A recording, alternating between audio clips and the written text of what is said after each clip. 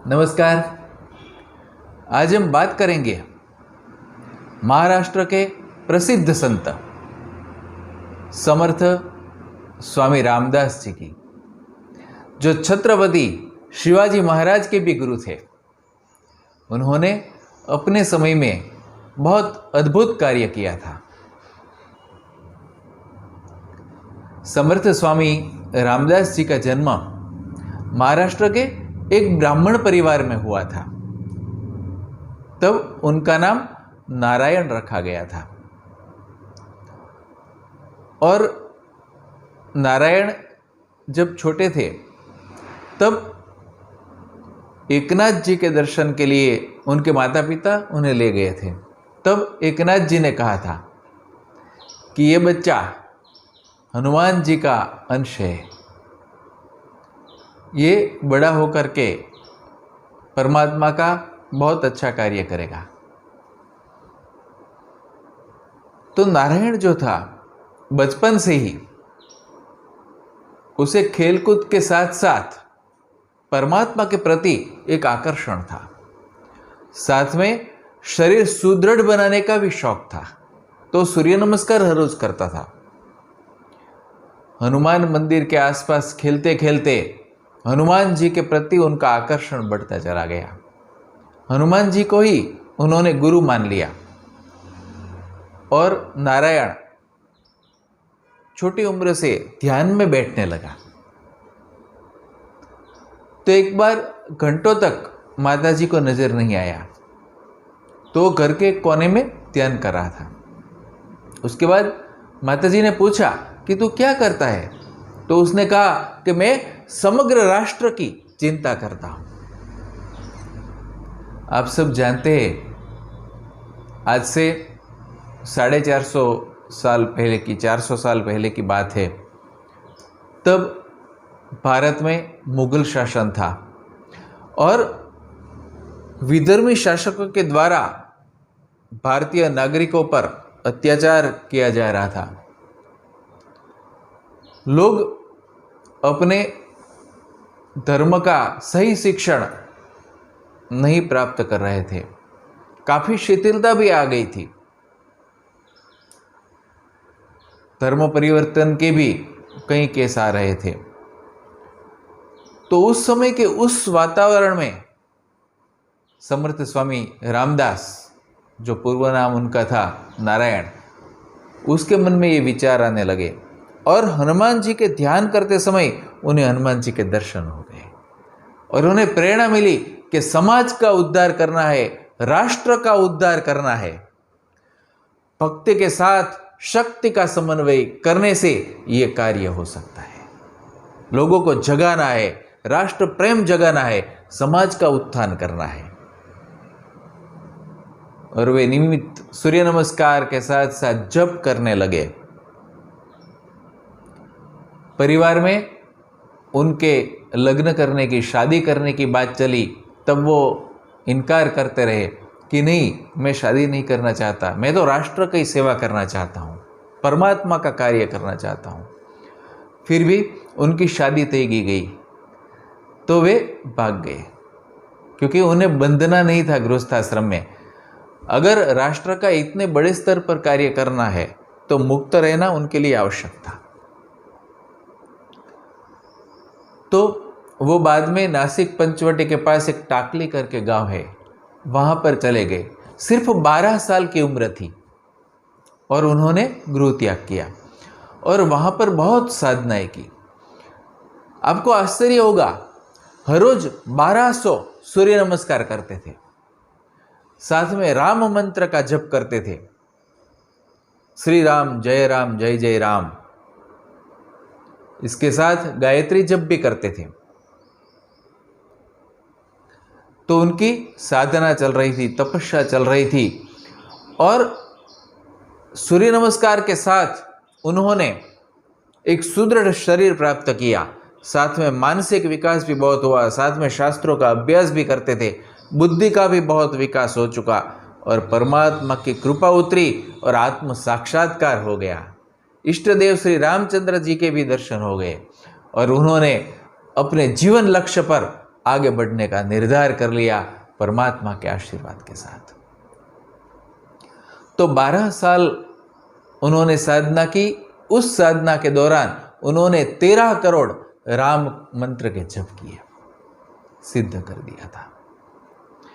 तो अब देखिए 12 साल अपने घर अपने वतन में, उसके बाद 12 साल तक साधना, उसके बाद उन्होंने तीर्थाटन शुरू किया।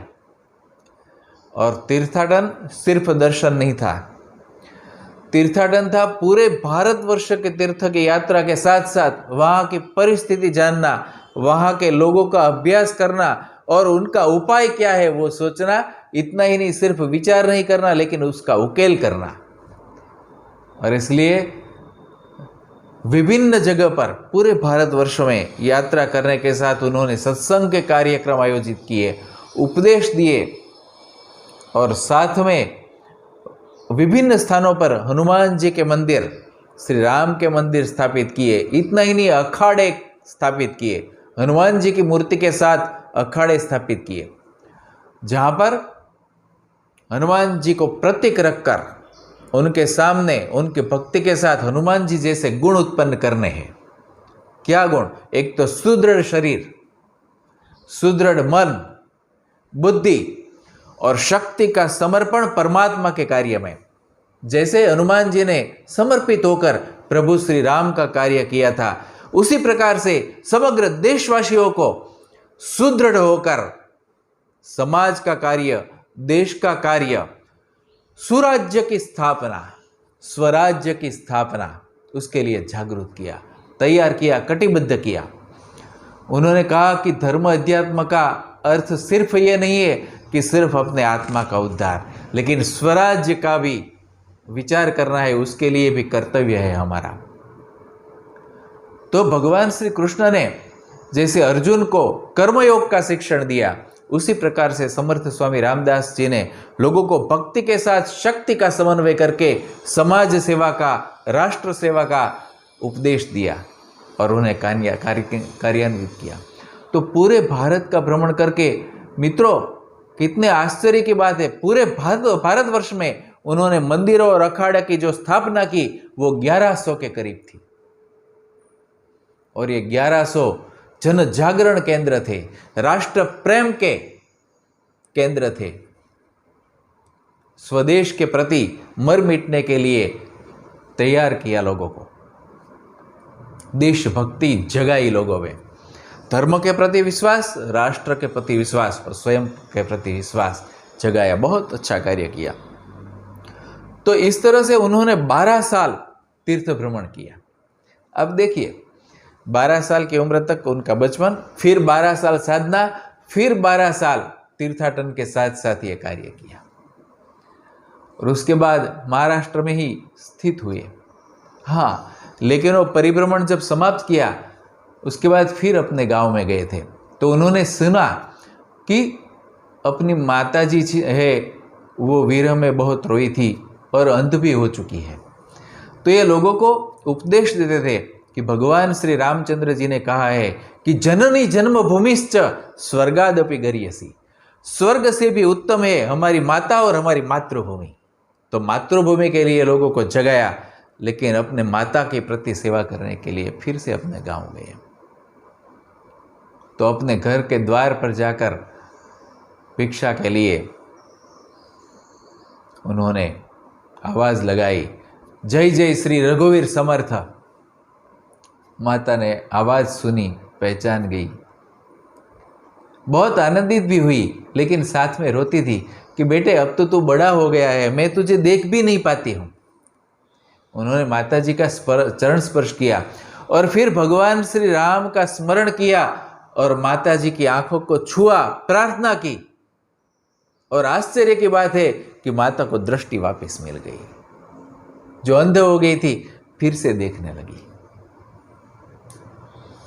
उसके बाद कुछ दिन तक वहाँ पर रुके, माता जी को भी राम कथा सुनाई, उनके साथ सत्संग किया, फिर देश के लिए, राष्ट्र प्रेम के लिए, सबको जगाने के लिए फिर से साधु जीवन में निकल पड़े। माता जी ने रोका तो उन्होंने माता जी को कपिल गीता सुनाई कपिल मुनि ने अपने माता देवहूति को जो उपदेश दिया था वो ही उपदेश अपनी माता को दिया, और माता जी भी बैलेंस हो गई और सम्मति, राजी खुशी के साथ उन्होंने सम्मति दी। फिर वो निकल पड़े और अपने कार्य फिर से शुरू किया ये सब।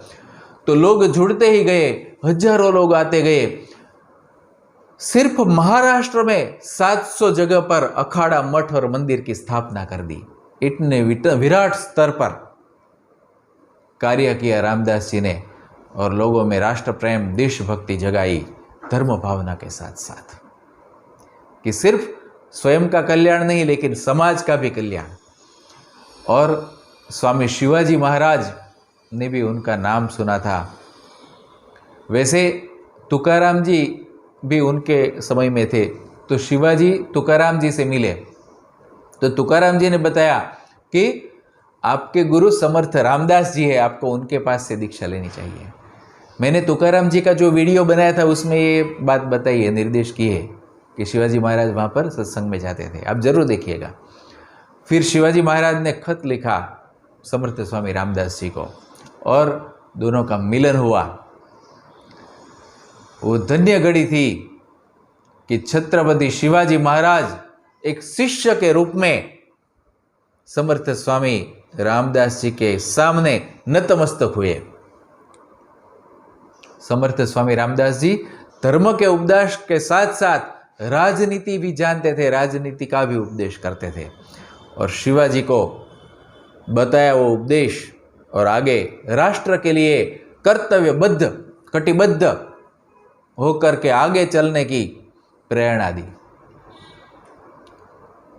शिवाजी महाराज संकल्पबद्ध हुए और उन्होंने पहले से भी अच्छी तरह से कार्य शुरू कर दिया, वो करते ही थे। साथ में क्या हुआ, समर्थ स्वामी रामदास जी के उपदेश से पूरे महाराष्ट्र में से शिवाजी के समर्थन में हजारों लोग जुड़ गए और कार्य बहुत अच्छा चलने लगा। तो धर्म के साथ साथ राष्ट्र का कार्य, ये उनकी विशेषता थी। तो एक बार समर्थ स्वामी रामदास जी भिक्षा मांगने गए और शिवाजी महाराज के महल के पास पहुंच गए। तो शिवाजी महाराज ने सुनी आवाज, उन्हें लगा कि मैं क्या अर्पण करूं अपने गुरुदेव को, और फिर उन्होंने खत लिखा, पत्र लिखा और पत्र में लिख दिया कि मेरा ये संपूर्ण राज्य मैं आपको समर्पित करता हूं। और उन्होंने कहा कि अब ये राज्य मेरा नहीं है, ये आपका है। तो उन्होंने कहा, शिवा अब तू क्या करेगा? शिवाजी महाराज ने कहा, मैं आपके पीछे पीछे चलूंगा और भिक्षा मांगूंगा। फिर रामदास जी ने कहा, नहीं देख, मैं तो त्यागी हूं, ये राज्य तूने अर्पण किया तो लिया, लेकिन मैं फिर से तुझे ये सौंपता हूं, अब मेरे वती तू उसे संचालन कर। और मैंने तो अपना जीवन परमात्मा को समर्पित कर दिया है, भगवान श्री राम को समर्पित किया है। तो राम का जैसा राज्य था ऐसे सुराज्य की स्थापना तेरे माध्यम से होनी चाहिए। और शिवाजी महाराज ने समर्थ स्वामी रामदास यानी कि अपने गुरु की पादुका सिंहासन पर रखी और अपने जो ध्वज था वो भगवा से रंग दिया, भगवा ध्वज कर दिया, यानी कि ये धर्म राज्य की स्थापना है। और शिवाजी महाराज ने सेना करके जो कार्य किया, भक्ति के साथ शक्ति का समन्वय हुआ गुरु कृपा से, तो उन्होंने औरंगजेब के मुगल साम्राज्य के जड़ें हिला दी। तो ये राष्ट्र प्रेम और देश हित के लिए जो समर्थ स्वामी रामदास जी ने कार्य किया, धर्म के साथ साथ अध्यात्म के साथ साथ, वो बहुत अद्भुत था। उन्होंने जो दास बोध की रचना की, मनाचे श्लोक की रचना की, वो बहुत अद्भुत है। और महाराष्ट्र में अभी भी हर रोज पठन करने वाले, पाठ करने वाले लोग हैं इनका। तो उन्होंने आने वाले समय के लिए भी बहुत कुछ उपाय, मार्गदर्शन बताए। इतना ही नहीं, उनके जीवन में कुछ चमत्कारिक घटना भी हुई थी। एक बार एक स्त्री का पति का मृत्यु हो गया था और वो अंतिम प्रणाम करके सती होने जा रही थी। तो प्रणाम करने आई तो रामदास जी ने आशीर्वाद दिया, अष्टपुत्रवती भव। उन्होंने कहा, अरे महाराज, मेरे पति का अभी अभी अवसान हुआ, मैं सती होने जा रही हूँ। उन्होंने कहा, नहीं, राम की कृपा से तू विधवा नहीं होगी, तेरे पति जीवित रहेंगे। और उन्होंने भगवान श्री राम का स्मरण करके प्रार्थना करके जल छिड़का, वाइब्रेट वाटर का छिड़काव किया और उसका पति पुनः जीवित हो गया। उसके बाद उनके जो पुत्र हुए उनमें से पहला पुत्र जो था उन्होंने समर्थ स्वामी रामदास जी को समर्पण किया, और वो उनका पुत्र वो रामदास जी के जो अग्रगण्य शिष्य थे उनमें से एक था, उद्धव गोसाई। तो इस प्रकार से कई सारे प्रसंग है, लेकिन इसकी बात करेंगे फिर कभी। आज समर्थ स्वामी रामदास को हम नमस्कार करते हैं, उनका जन्मदिन आ रहा है। रामनवमी के ही दिन समर्थ स्वामी रामदास जी का जन्म हुआ था, तो उनके चरणों में प्रणाम के साथ बहुत बहुत धन्यवाद। नमस्कार।